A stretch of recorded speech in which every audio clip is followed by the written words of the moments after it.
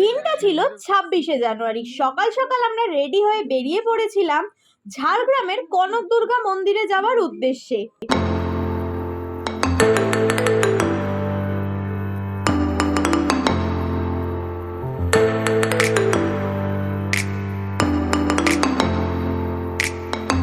Nivedita টোলটা cross করতে না করতেই আমরা দেখতে পেলাম বাইক রাইডারের দাদা ভাইরা সবাই দাঁড়িয়ে অপেক্ষা করছে তাদের অন্যান্য বন্ধুদের জন্য। সাথে যাদের বন্ধুরা চলে এসছে তারা প্রস্তুত হচ্ছে কোলাঘাট পর্যন্ত বাইক রাইডে যাওয়ার জন্যে। এইসব দেখতে দেখতেই আমরা চলেছি আমাদের গন্তব্য ঝাড়গ্রামের কনক দুর্গা মন্দিরের উদ্দেশ্যে। দমদম থেকে কনক দুর্গা মন্দিরের দূরত্ব 185 কিলোমিটার। গুগল ম্যাপে যা টাইম দেখাচ্ছিল 4 ঘন্টা 4 মিনিট মতো।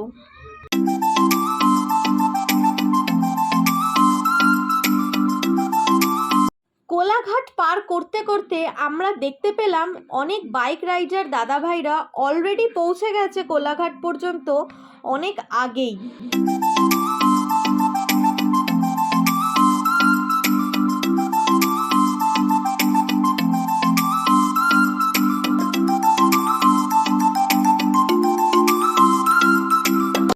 এই নদীটা ক্রস করলেই আমরা পৌঁছে যাব কনক দুর্গা মন্দিরে।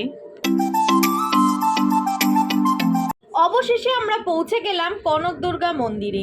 মেন গেট দিয়ে প্রবেশ করার পর আমরা দেখতে পেলাম চারিদিকটা গাছে আর ফুলে একদম ভরা, শান্তশিষ্ট একটা পরিবেশ। মেন গেট দিয়ে ঢোকার পর আবার একটা গেট পড়বে, সেখানে বড় বড় করে লেখা রয়েছে কনক দুর্গা মন্দির। এটা মন্দিরের মেন গেট। এই গেট পর্যন্ত সমস্ত টোটো বা ভাড়া করা গাড়ি ঢুকতে পারে। নিজেদের গাড়ি নিয়ে গেলেও এখানে পার্কিং করার জায়গা রয়েছে। পার্কিং চার্জ এখানে 50 টাকা, যেটা এখানকার ফিক্সড প্রাইস।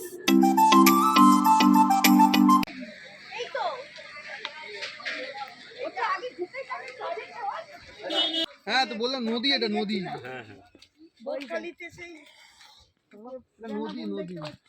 গাড়ি পার্কিং করা আমাদের হয়ে গেছে। এখন আমরা হেঁটে হেঁটে যাচ্ছি মন্দিরের দিকে। যেখানে পার্কিং হয় সেখান থেকে কিছুটা হাঁটতে হয় মন্দিরের জন্যে।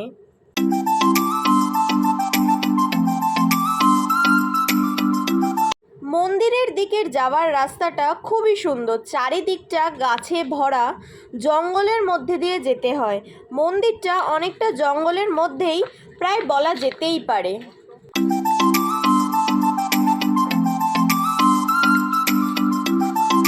এখানে বাচ্চাদের খেলার জন্য অনেক কিছুই আছে, আর সাথে আছে প্রচুর বাদরের উৎপাত। এত বাদর দেখে আমি তো ভয় দাঁড়িয়েই গেছিলাম, বুঝতে পারছিলাম না কিভাবে মন্দির অবধি পৌঁছাবো। যাই হোক, অবশেষে আমরা ঝাড়গ্রামের কনক দুর্গা মন্দিরে চলে এসেছি। এটা হলো কনক দুর্গা মন্দিরের বাইরের দিকটা। মন্দিরের ভেতর দিকে ভিডিও করার কোনো পারমিশন নেই, তাই আমি মন্দিরের ভেতর দিকটা দেখাতে পারলাম না। তবে আমরা যে টাইমে পৌঁছেছিলাম 11:30 নাগাদ, তখন মায়ের পুজো আর অঞ্জলি হচ্ছিল। কেউ যদি পুজো দিতে চাও তবে ওখানে নাম গোত্র বলে পুজোও দিতে পারবে, সাথে অঞ্জলি চাইলে অঞ্জলিও দিতে পারবে। আর ফল ফুল মিষ্টি যেগুলো লাগে পুজো দেওয়ার জন্যে সেগুলো ওখানে পেয়ে যাবে, কারণ ওখানে কিছু দোকান আছে সেগুলো কেনার জন্যে। এই সিঁড়িটা দিয়ে ওপরে উঠে বাঁদিকে গেলেই মায়ের মূর্তি রয়েছে। তবে হ্যাঁ, এখানে বাদরের উৎপাত প্রচণ্ড পরিমাণে, তাই জন্যে হাতে কোনো জিনিস নিয়ে গেলে সেটা খুব সাবধানে নিয়ে যেতে হয়। বিশেষ করে কোনো প্যাকেট দেখলে বা কোনো খাবারের জিনিস দেখলে বাদররা হাত থেকে টেনে নিয়ে চলে যায়, এমনকি পুজোর প্রসাদ পর্যন্তও কিন্তু ছাড়ে না। মন্দিরের পুজো শেষ করে আমরা এখন যাচ্ছি এই কনক দুর্গা মন্দিরটি যেই নদীর তীরে অবস্থিত সেখানে। এই নদীটির নাম হলো ডুলুং নদী। মন্দির থেকে নদীর তীর অবধি যাওয়ার রাস্তা প্রায় জঙ্গলে ঘেরা বললেই চলে। যেহেতু আমরা শীতকালে গেছিলাম তাই নদীতে সেরকমভাবে জল দেখতে পাইনি, হেঁটেই নদীর এপার ওপার করা যায় বললেই চলে। তবে বর্ষাকালে আসলে হয়তো এখানে প্রচুর পরিমাণে জল দেখা যাবে, নদীটা হয়তো ভরে উঠবে।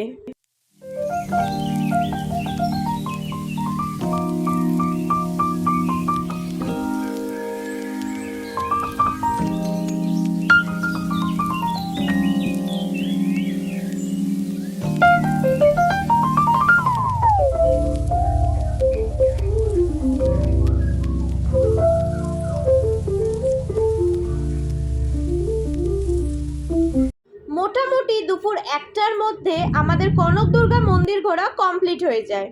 হাতে আমাদের অনেক টাইম থাকায় আমরা ঠিক করে ফেলি ওখান থেকে আমরা চলে যাব গনগনি অর্থাৎ গ্র্যান্ড ক্যানিয়ন অফ বেঙ্গল, যেটা রয়েছে পশ্চিম মেদিনীপুর জেলার গড়বেতার কাছে। মেদিনীপুর টাউন থেকে 55 কিলোমিটার ভেতর দিকে এটা যেতে হয়। কনক দুর্গা মন্দির থেকে গ্র্যান্ড ক্যানিয়ন অফ বেঙ্গলের দূরত্ব 86 কিলোমিটার। গুগল ম্যাপে যার টাইম দেখাচ্ছিল 2 ঘন্টা 30 মিনিট মতো।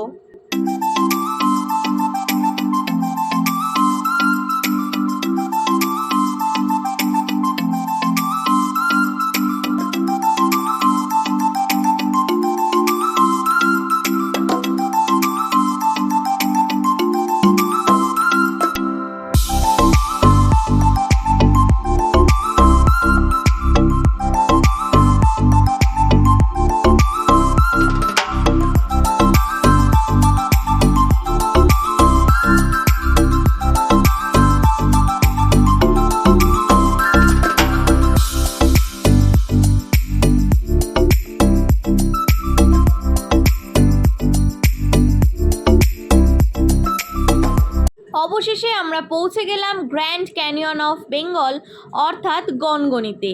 ওখানে পৌঁছাতে না পৌঁছাতেই আমরা দেখতে পেলাম লাল রাঙামাটির রাস্তা। এই যে রাস্তাটা ধরে আমরা যাচ্ছি এটা হলো গনগনি ঢোকার রাস্তা। এর ভেতরেও পার্কিংয়ের ব্যবস্থা রয়েছে এবং টোটো অথবা ভাড়া করা গাড়ি এই ভেতর পর্যন্ত যায়। এখানে পার্কিং চার্জ 50 টাকা। তবে এখানে পিকনিক স্পটও আছে, কেউ যদি চাও তবে পিকনিক স্পটেও পিকনিক করতে পারো, তার জন্যে আলাদা প্রাইস আছে।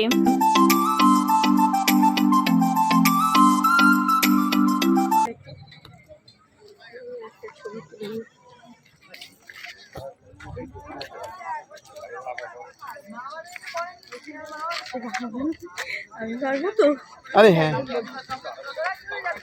বেশি সিঁড়ি নেই।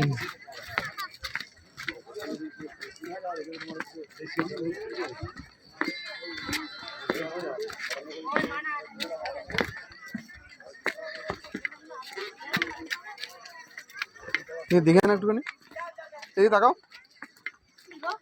তাকাও। তোমরা ওই খাদে নেমে আসো।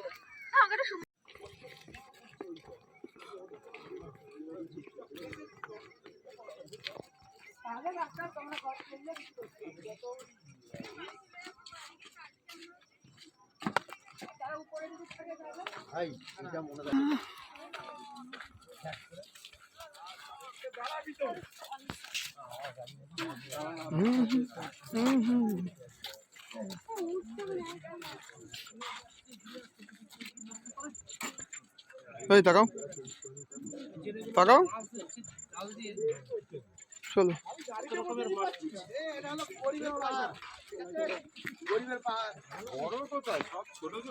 ছোট মাছ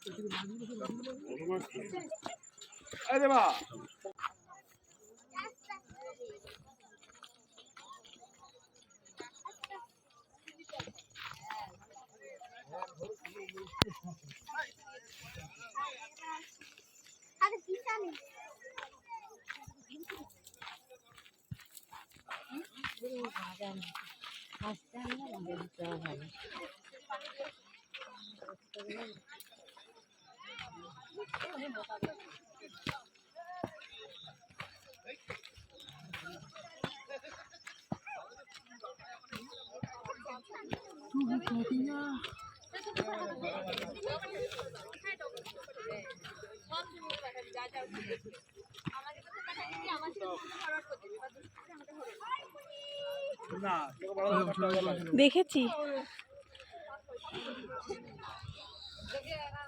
আমরা এখন আছি গ্র্যান্ড ক্যানিয়ন অফ বেঙ্গল অর্থাৎ গনগনিতে। এখন আমাদের গনগনি থেকে বাড়ি ফেরার পালা। আর আমারও ব্লগটা আমি এখানেই শেষ করলাম। দেখা হবে আবার নতুন কোনো একটা অন্য ব্লগে। আমার ব্লগটা যদি ভালো লেগে থাকে তাহলে লাইক, কমেন্ট আর সাবস্ক্রাইব করে দেবেন। Thank you.